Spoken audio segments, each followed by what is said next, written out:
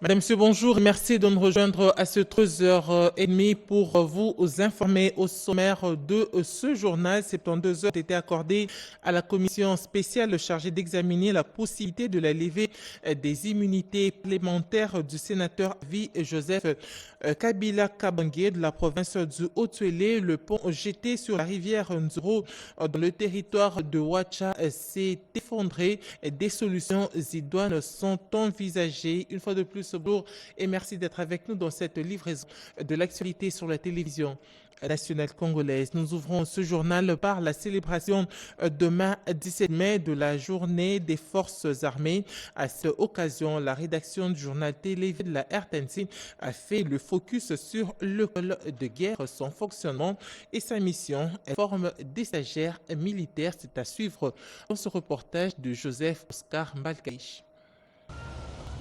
Ils ont choisi de servir sous les drapeaux. Ces femmes et ces hommes méritent de la patrie parce qu'ils ont juré de ne jamais trahir la patrie, ce jusqu'au sacrifice suprême. Contrairement à ce que pense une certaine opinion, les FARDC ne sont pas constitués des rebuts de la société. Illustration au centre supérieur militaire dans la commune de Ngaliema. Dans cette université des forces armées de la République, l'équipe de la RTNC s'est imprégnée du fonctionnement et de l'organisation de l'école de guerre de Kinshasa qui dirige le général-major Godefroy Moulin Nawej. 27 stagiaires venus notamment du Gabon, de Centrafrique, du Cameroun, de Paris en France et ceux de la RDC suivent une formation de 10 mois et demi sur différents modules sur la planification opérationnelle. À l'intérieur de cette salle, il planifie un exercice type tiré d'un contexte. Et à ce niveau, ils essaient de le disséquer en faisant ce que nous appelons une planification de l'opération. Alors là, il y a plusieurs éléments qui entrent en jeu, en commençant par l'étude de l'environnement, qui implique des connaissances politiques, des connaissances sociales, des connaissances culturelles, des connaissances juridiques, jusqu'à les puiser dans le contexte même de la crise en cours ou déjà des crises qui est en train, qui sévit dans une certaine zone. Ceci est le fruit de la coopération entre la France et la RDC. Chaque année, des stagiaires, des cadres de l'école de guerre de Kinshasa sont invités en France en février pour participer à un exercice opératif qui s'appelle Coalition.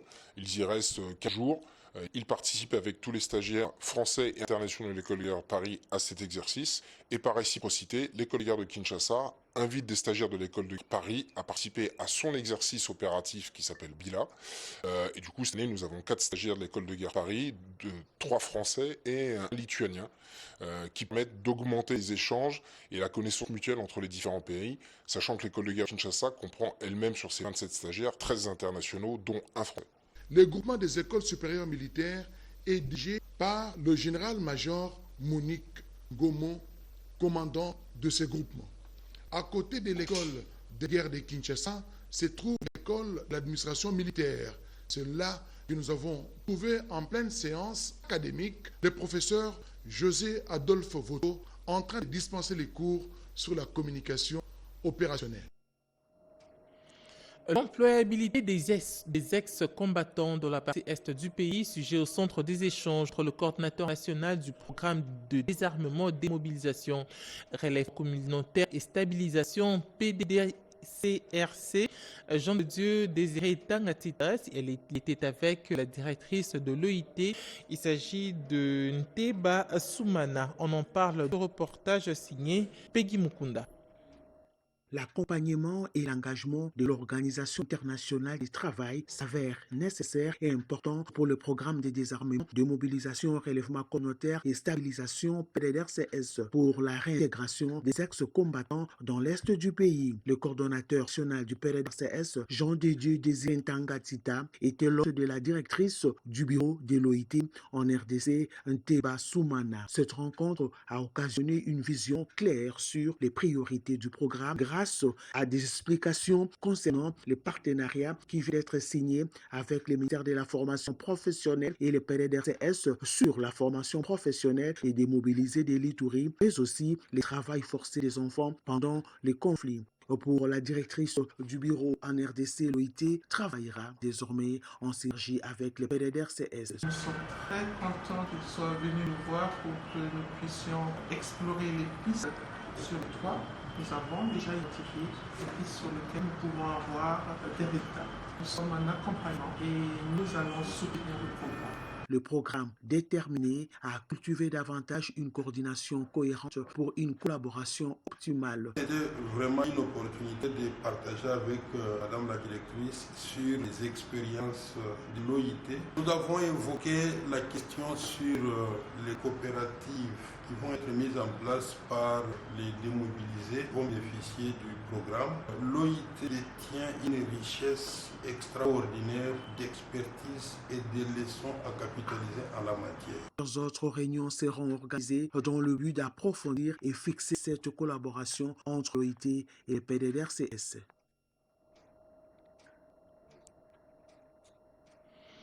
72 heures ont été accordées à la commission chargée d'examiner la possibilité de la levée des immunités parlementaires du sénateur à vie Joseph Kabila Kabange. C'était lors de la plénière présidée par l'honorable président Jean-Michel Sama Lukonde Kenge. On en parle dans ce reportage de Janine Kanga, Julien Piana. Bienvenue, Loussala. Le bureau du Sénat accorde 72 heures à la commission spéciale créée pour examiner la possibilité de la levée des immunités parlementaires du sénateur à vie Joseph Kabila Kabange, que la haute cour militaire accuse de participation à un mouvement insurrectionnel, des trahisons ainsi que des participations à des crimes de guerre et crimes contre l'humanité. L'auditeur général près la haute cour militaire avait adressé au Sénat un réquisitoire à cette fin pour permettre à l'incriminé de fournir ce moyen de défense devant la justice. L'ordre du jour de la plénière du jeudi 15 mai présidé par l'honorable président Jean-Michel Sama Lukonde Kenge a porté sur 3 points. Il s'agit de la communication des noms des sénateurs, de faire partie de la commission chargée de rédiger la synthèse nationale des rapports de comptes parlementaires, la question orale avec l'honorable sénateur Patrice Poumboué adressée à la ministre de l'Essu relative à la politique nationale d'amélioration de la qualité de l'enseignement, ainsi que sur l'examen du réquisitoire du procureur général près la Cour de cassation afin d'autoriser les poursuites contre les sénateurs Michel Linguepo, mais aussi le réquisitoire de l'auditeur général près la haute cour militaire afin d'autoriser la levée des immunités et la poursuite contre les sénateurs à vie Joseph Kabila Kabange. La commission ainsi constituée dispose d'un délai de 7 jours ouvrables pour exécuter les travaux, mais il faut relever que le groupe provincial du Kwilu et du Nord Ubangi, dont les mandats des sénateurs venaient récemment d'être validés, n'ont pas encore proposé des membres à cette commission. Concernant les réquisitoires, il y a lieu de noter qu'ils ont été traités conformément aux articles 224, alinéa 2 et 56 du règlement intérieur du Sénat ainsi que de l'article 107 de la Constitution. Après la lecture des 2 réquisitoires et de tous ces articles de la Constitution de la République, ainsi que du règlement intérieur par la rapporteure du Sénat Nefertiti Gundanza, le speaker de la Chambre des sages Jean-Michel Sama Lukonde a décrété un huis clos qui a également consacré la fin de la plénière du jour. Les autres matières inscrites à l'ordre du jour ont été renvoyées à la prochaine plénière. Mais il est cependant important de souligner que le sénateur Linguepo fait l'objet d'une plainte déposée contre lui à la Cour de cassation pour impression dommageable. Et puis, l'honorable Willy Michiki a adressé une question orale avec débat à l'endroit des ministres d'État en charge de la justice, celui du budget et des finances sur un prétendu détournement de fonds destinés à la construction de la prison centrale de Kisangani. Plus de détails avec Bobo Ananmukondi. Dans le but de tenir actifs les contrôles parlementaires et d'encourager les devoirs de redevabilité aux membres du gouvernement, l'honorable Willy Michiki initie une question orale avec débat à l'endroit du ministre d'État, ministre de la Justice, son collègue du budget et celui des Finances, Toutouamba. Notre question consiste à demander à monsieur le ministre Mineta Mutamba, pourquoi y a-t-il urgence à construire une maison d'arrêt Kisangani qui n'a même pas été prévue dans le budget 2025. Par cette démarche parlementaire, le leader Walikale exige des explications sur l'urgence d'un prétendu décaissement de 30 millions de dollars américains, de sa gestion et la traçabilité des sommes qui seraient encore, selon lui, colossales et destinées à la construction d'un centre carcéral à Kisangani. Nous avons été éclairés de constats sans respect de la procédure légale, notamment le respect de la chèque dépense. Il y a aujourd'hui 19 800 000 dollars qui viennent d'être saisis à la Banque centrale. Alors que le ministère des Finances, dans un communiqué, ne reconnaît pas un quelconque virement relatif à ces projets, cet élu s'est dit détenir preuves accablantes sur cette manœuvre qui frise les détournements. Nous avons réuni toutes les preuves. Ils ont réussi à faire décaisser du trésor public 39 800 000 dollars pendant cette période de guerre, sans respecter la procédure. Willy Miki tient à ce que ces derniers éclairent également le lanterne sur la procédure du choix de l'entreprise qui va exécuter ces travaux. La République démocratique du Congo veut développer une industrie plus verte et indépendante. À Kolwezi, la Première ministre a présenté un nouveau plan économique basé sur le corridor de Lobito. Judith Soumino a aussi parlé des sujets importants comme la sécurité, l'emploi et l'artisanat minier au cours d'une conférence de presse, nous dit Chimène Dondo, Pompon Umba et Djoko. La République démocratique du Congo trace sa voie vers une industrialisation verte et souveraine. Au cours du deuxième jour du forum Katanga Business Meeting, la première ministre Judith Soumino pose les jalons d'un nouveau modèle économique porté par le corridor de Lobito. Pour sa part, la gouverneure Fifi Masuka Seini a confirmé la construction d'une usine de batteries électriques dans une zone économique spéciale à Kolwezi. Que s'il est partagé. C'est dans cette optique que le gouvernement que je dirige... Juste après, la chef du gouvernement, Judith Soumino Tuluka, a échangé avec la presse locale au cours d'une conférence de presse marquante abordant le grand défi et espoir de la RDC.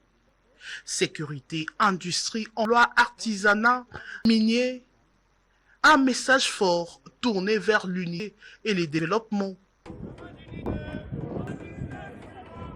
La chef de l'exécutif central était assistée par d'autres panélistes, notamment le vice-premier ministre, ministre de l'économie Daniel Mokosomba, le ministre de la communication et médias Patrick Mouyaya Tembwe et le ministre de la jeunesse Noéla Aïganagato. Après une série de formations des techniciens de la radio, ici à la Radio-Télévision nationale congolaise, une évaluation a été regardée. Après l'arrivée de matériel suivi de l'installation et câblage pour la modernisation de la radio nationale, les techniciens de Studiotech, de l'exploitation et ceux de la maintenance radio ont été formés pendant une semaine sur l'usage des équipements et notions du numérique. Formation assurée par une délégation des techniciens Studiotech venus de la Belgique. La mise en niveau a concerné l'utilisation professionnelle de ces gadgets. Question d'adapter les connaissances des utilisateurs à la nouvelle technologie. Au cours d'une séance organisée ce jeudi 15 mai, la directrice générale de la RTNC, Madame Sylvie Elegenyembo, en face des directeurs, chefs du département technique et des logistiques de la radio, ainsi que les techniciens ont fait l'évaluation générale. Je remercie Madame le DG pour cette initiative, pour qu'il n'y ait pas des angles roches, que nous travaillons beaucoup avec transparence et puis avec beaucoup plus de liberté. Madame nous a écoutés, nous avons évoqué les différents problèmes que nous avons rencontrés, les difficultés de la part des Studiotech, et ensemble, nous sommes arrivés à la conclusion que les studios doivent être fermés jusqu'à ce que Studiotech va très bien équiper ces studios jusqu'à leur ouverture. Parce que pour le moment là, ils n'ont pas fini leur travail. Parce qu'il y a certaines des licences qui ne sont encore arrivées, il y a d'autres logiciels qui ne sont pas installés, et cela ne nous permet pas de lancer le signal à partir de ces équipements-là. Nous sommes encore patients d'attendre les studiothèques à venir équiper les studios ainsi que la salle de machines avec tous les équipements. Et c'est à ce moment-là que nous allons lancer notre premier signal numérique. Ces équipements de pointe et son personnel renforcé en capacité vont remettre la radio nationale à sa place de tam-tam d'Afrique. Une reprise dans un environnement médiatique concurrentiel, a rappelé le directeur général de la RTNC, Madame Sylvie Elengue Niembo. Et puis, à Kinshasa, les élus nationaux ont assisté les victimes des dégâts causés par les dernières pluies qui se sont abattues. Regardez. La pluie jusqu'à avril 2025 avait causé des dégâts importants, causant des inondations dévastatrices, laissant de nombreuses familles sans abri et sans ressources. Cette situation a suscité une vague de solidarité parmi les élus. Le député national élu de Lukunga, Didier Mbundela, est revenu pour une visite de réconfort. Il a distribué des vêtements, des couvertures et des kits sociaux en prenant le temps de discuter avec les familles touchées par cette catastrophe naturelle. Les sinistrés ont témoigné leur gratitude envers l'honorable Didier Mbundela pour ses gestes. En tout cas, nous sommes très heureux pour la visite de notre très cher honorable, dont jusqu'aujourd'hui il est toujours avec nous. Cela prouve qu'il a l'amour envers nous. mingi talaka bato mingi biloko ekendaki mbula ozo bandaka ekendaki babiloko ekendaki babilamba ya moto atikali mpenza vide epeli na jeto asali ya kontinue kosala yango asala kote na biso te asala na partout catastrophe ezali. L'élu de Lunga a souligné l'importance de la solidarité nationale face aux catastrophes. Il a encouragé les sinistrés de Lukunga à garder l'espoir tout en promettant de continuer à travailler pour des solutions durables. Aujourd'hui, je suis venu ramener un peu de gaieté. C'est aussi un message que nous lançons à d'autres élus ou même à d'autres personnes de bonne volonté, parce que les dégâts sont énormes et les besoins sont là. S'il y en a qui peuvent aider, ce serait une très bonne chose. Cette visite illustre l'importance de l'engagement de Didier Mbundela envers leurs électeurs en apportant de biens essentiels et un message de solidarité prouve à suffisance que chaque geste compte. Dans la province du Haut-Katanga, quelques élus provinciaux ont réfléchi sur l'importance économique de la route Kasumbalesa. Concernant la gestion de la frontière de Kasumbalesa, cette frontière stratégique pour le commerce de notre pays et ses voisins a un impact direct sur la province du Haut-Katanga et de ma ville électorale qui est la ville de Lubumbashi, en rapport avec ses recettes. Mais il convient de souligner que la province du Haut-Katanga, qui abrite cette frontière et qui devrait par conséquent bénéficier d'un revenu dû à ces recettes, n'en bénéficie plus. Cet aspect, loin d'être négligeable, engendre des difficultés majeures sur l'économie et l'autonomie de la province du Haut-Katanga. De plus, un autre fait est celui des transporteurs des camions track sur la route Kasumbalesa. Nous sommes tous témoins des conséquences négatives engendrées par les longues files des camions s'étendant sur des kilomètres et immobilisés pendant plusieurs jours en attendant de traverser. Ces camions immobilisés créent de multiples embouteillages et perturbent la circulation. Cela fragilise davantage le commerce dans la province au vu de l'importance de cette route sur la ville de Lubumbashi. Quelle solution le gouvernement propose-t-il pour résoudre cette problématique des longues files des camions à Kasumbalesa? Et puis, dans la province du Haut-Tuélé, le pont jeté sur la rivière Nzoro dans le territoire de Tcha s'est effondré. Le ministre d'État en charge du développement rural allait s'en rendre compte, nous dit Nathalie Mboulakabea. En attendant la construction d'un tout nouveau pont sur la rivière Nzoro, reliant les territoires de Ouacha et de Faradj dans les Haut-Tuélé, effondré voici quelques mois, la traversée entre les deux rives s'effectue au moins d'une barge déployée par le gouvernement provincial. Parmi les passagers de cette barge, le mercredi 14 mai 2025, le gouverneur Jean Bakomi Togabo en itinérance dans la région, accompagné de son hôte de marque, le ministre d'État, ministre du Développement rural national, Moïndo Zangi Butondo, en contact direct avec les vraies réalités du Congo profond. Il se sent très à l'aise et félicite les efforts fournis par le gouverneur Jean Bakomito afin de soulager les souffrances des usagers. Je voudrais vraiment remercier l'équipe du gouvernement provincial pour la promptitude avec laquelle ils essaient d'imaginer des solutions de rechange, attendant que Kinshasa ne puisse envoyer des pas. Et je peux rassurer le gouverneur de province, lui-même qui fait le suivi, que les pots qui étaient fabriqués pour ces tronçons sont en train de monter très rapidement et ils seront acheminés ici pour permettre au trafic de reprendre normalement. Pour lui, mission lui assignée par le chef de l'État l'oblige de se retrouver partout afin d'apporter des solutions qui s'imposent dans le cadre de l'amélioration des conditions de vie des populations rurales qu'il exhorte à ne pas perdre espoir. La population doit être rassurée. Le gouvernement est là, la province du Haut-Touélé n'est pas abandonnée. Nous sommes là effectivement pour appuyer la population, pour appuyer le gouvernement provincial, que les choses puissent aller de l'avant. Signale qu'après son effondrement, l'établier du Pont Zoro a encore fait face à un incendie d'origine humaine.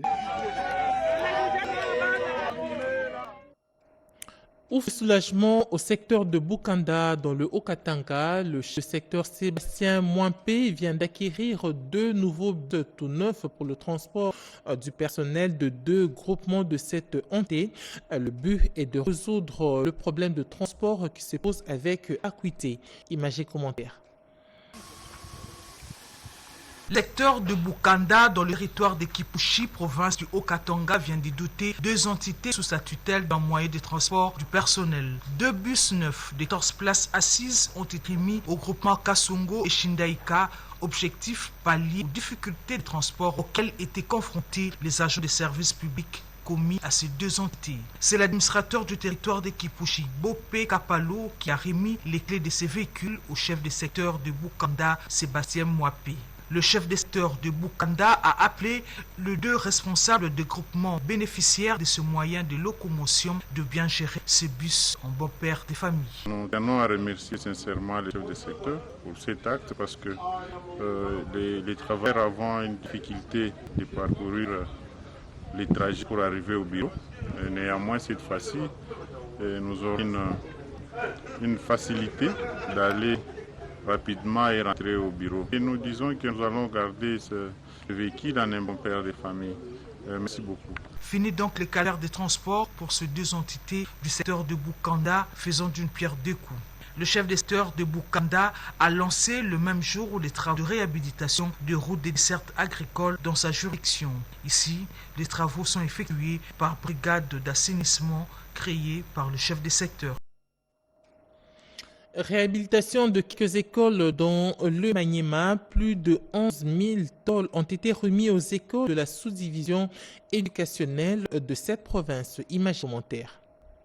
On y des remises symboliques de ces 11 000 tôles à Ilié, c'est jeudi 15 mai 2025 à Kindu dans la salle polyvalente Monseigneur Undayemba Gabriel. Selon le gouverneur de province Moussa Wankoubi Moïse, ces tôles proviennent de frais de solidarité de le frais scolaire du premier et du deuxième trimestre à bancarisé dès son arrivée au pouvoir. Ces dotations s'inscrivent dans le cadre de son programme quinquennal Zéro école sans pas ni chôme. Je rends par ailleurs hommage à son Excellence Félix Antoine Tshisekedi Tshilombo, président de la République, chef de l'État, pour ses efforts inlassables dans la recherche de la paix en République démocratique du Congo et pour ses actions salvatrices relatives à la gratuité de l'enseignement au niveau du primaire. Puis-je parler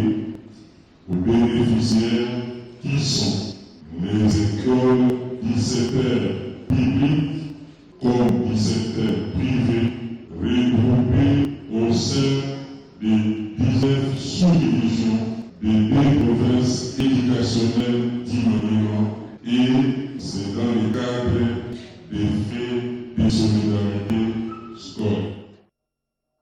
En politique, bientôt, la permanence de l'UDPS Lualaba aura un tout nouveau siège. Françoise Mwangeji a visité le terrain devant abriter ce parti présidentiel dans la ville de Kolwezi. Les détails dans ce reportage. L'Union pour la démocratie et le progrès social, UDPS, par présidentielle, Fédération de Lualaba 1, détient un terrain qui n'a jamais été mis en valeur. Françoise Mangweji, bourgmestre de la commune de Dilala et cadre de ses partis au docteur Étienne Tshisekedi Mulumba, était allé visiter ces grands espaces où sera érigé d'ici le prochain mois le siège fédéral de ces grands partis de masse à la périphérie de la ville de Kolwezi, chef-lieu de la province du Lualaba. Reconnaissante envers sa famille politique qui l'a permis de gravir les échelons jusqu'à devenir cadre, Françoise Mangweji est déterminée à doter le parti que dirige l'honorable Augustin Kabouya d'un cadre de réaction, de change et de manifestations dignes de ce nom. Sur un terrain de 25 mètres sur 60, le nouveau siège fédéral du Lualaba verra le jour grâce à l'implication personnelle de celle que le membre du parti présidentiel appelle affectueusement FMK.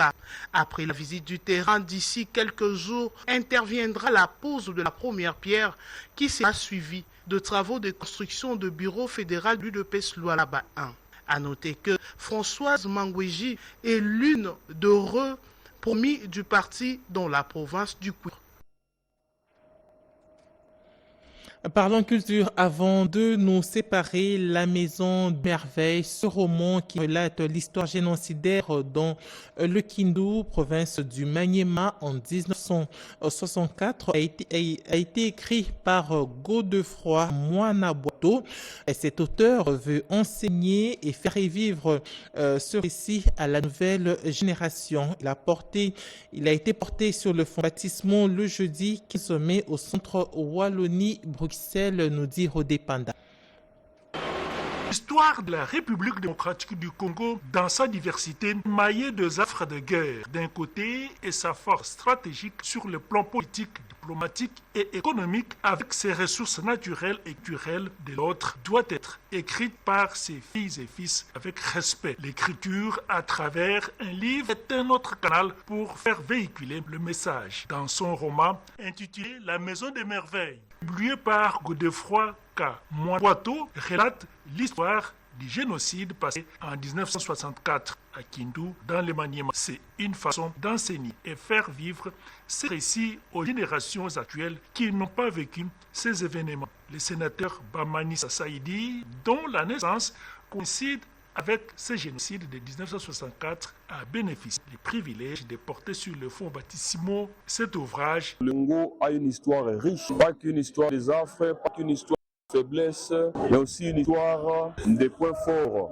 une histoire glorieuse qui va la raconter au monde, qui va la raconter aux générations futures. L'une des meilleures voies pour le faire, c'est à travers la création. Et j'estime que l'approche romanesque, c'est une meilleure voie, peut-être cinématographique aussi, pour raconter l'histoire du Congo, que les enfants s'en souviennent.